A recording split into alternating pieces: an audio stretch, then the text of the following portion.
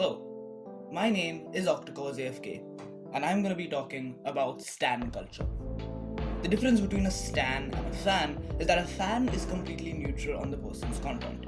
They enjoy it, but it doesn't mean that the entire person's personality revolves around that person.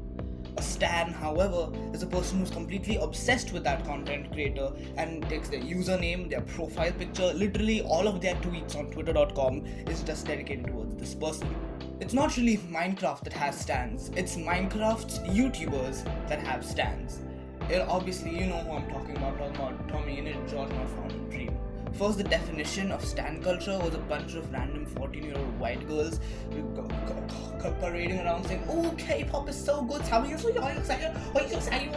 K-pop But now it's not that anymore. It's people fangirling or fanboying, whatever your gender is, over a content creator who just plays Minecraft. And that's the sad thing about it. Most people might say that Dream is not entertaining. I would say I at least found one or two of his videos entertaining, and I would understand why people subscribe to him. It's fun. But I do not understand why people obsess over this person. One, because he's not even shown his face. Everyone's like, "Oh, Dream's such a cutie. Oh, I love him. I want him to kiss me." But it doesn't make sense at all because one, you don't even know what the guy looks like. He's probably gonna look like some kid who plays Fortnite like 3 hours a day. Recently, there's been a fight on Twitter about stan culture. If you know who Josh is, you probably know what's happened already. Josh went on a complete rant about stan culture, and I completely agree with each and every single one of his points. Of course, it was a bit aggressively worded, but that's the hard truth. People need to understand that stan culture is becoming toxic. There is a certain amount of stans, I would say 50% or 60%, that are incredibly toxic and are incredibly stubborn. I had an argument with the Carl Jacobs stan. Now you might say, oh, who cares what type of arguments have been text? No, this woman was completely spamming, or woman or man, I don't know. This guy was completely spamming my notifications with this one random fan cam that no one cares about. I might like Dream, but I do not like his fan base. Stans also partake in cancel culture. A lot of the people who you find on cancel culture, whenever someone is cancelled or something, you always find out that these are stan accounts. Stan accounts for some actress, for some musician, for some band. Heck, now it's even YouTubers. When you live in a bubble that is only surrounded by the opinions of one person only, you forget about your own opinions. You only agree with that opinion because you're not letting yourself see the other opinions. This is not reality. Most people might say, "Oh, but it's fine." You have to understand that in reality, there are going to be multiple differing opinions. And by completely putting yourself on a bubble, at least on the internet now during this pandemic, where you can't really talk with others, you can't continuously shove yourself into this bubble all the time because you're not going to be able to be used to real life where differing opinions are a thing. And you can't just pick up your phone and just show them fan cam and go, "Oh, sorry, cancel, darling. You're wrong.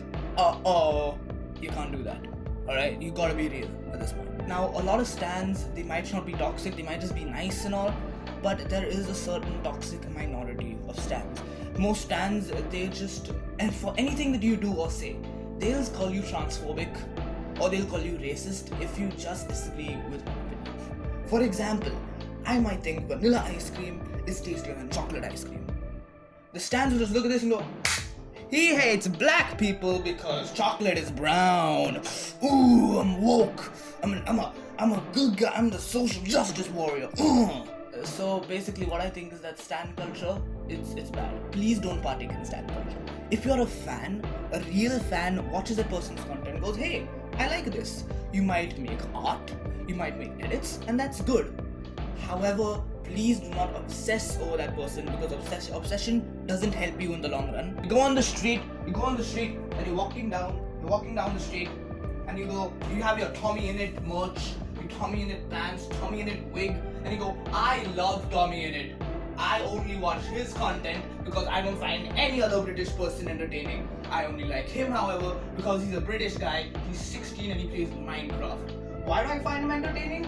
He's cute, and that's the only reason. I won't watch Too Mad because Too Mad made fun of my dream guy. However, that means all of his content is bad. I hate him." This is the mentality of every stan that you see. You will make fun of others. You will not accept other opinions when you're continuously shoved within a bubble of people around you who also have the same opinion. For example, I follow people on the internet who have completely different opinions from me, so that I remember that people have different opinions. People aren't the same. And that's the reason why I think stan culture is wrong and partaking in it is incredibly stupid. It's bad. Because not only that, stan culture is basically a mob. When you disagree with one point about the content creator, their fan bases or their stan bases, as I would like to say, I'm making a new word right now. Their stan bases, they all collectively come to you, find something you did 8 years ago, and go pew pew pew, you're cancelled, darling, because 8 years ago you call that 12-year-old a child. Age is just a number, darling. You should not make fun of that guy. That, ladies and gentlemen, is why I think stans are bad. Of course, you've probably clicked on this video because Zed is in this as well. So I'm gonna hand over the video to Zed and let's go. Come on, boy, let's go. Stans are the very bane of my existence. They have infested Twitter and its house communities like a virus. They are everywhere. All of them with profile pictures of their favorite white Minecraft YouTuber's face. I cannot put into words how stupid the idea of stanning is, which is why, 100 other people already have done that. So instead of talking about how much I think stan culture sucks and how much I think stans on their own are awful, I wanted to talk about stan enablers and people like Dream who have so many stans and constantly allow them to invade his own privacy. What people like Dream don't realize is that by giving his stans so much power over his life, he is digging himself and other Minecraft YouTubers with stans a deeper and deeper hole. Because eventually, this stan stuff is going to blow up in his face and in a lot of other people's faces too. That breach of privacy is going to get bigger and normalized in other YouTubers' communities because of how little this huge YouTuber Dream cares about issues that come with stan culture. If Dream continues to cover his ears and pretend that stans can do no wrong and that stans are just super passionate fans, he's going to end up with his address leaked and with stans at his front door. And if that becomes normal in one community, it's going to spread to all other Minecraft YouTuber communities, and then nobody who makes Minecraft content and who has over 1 million subs will have any privacy.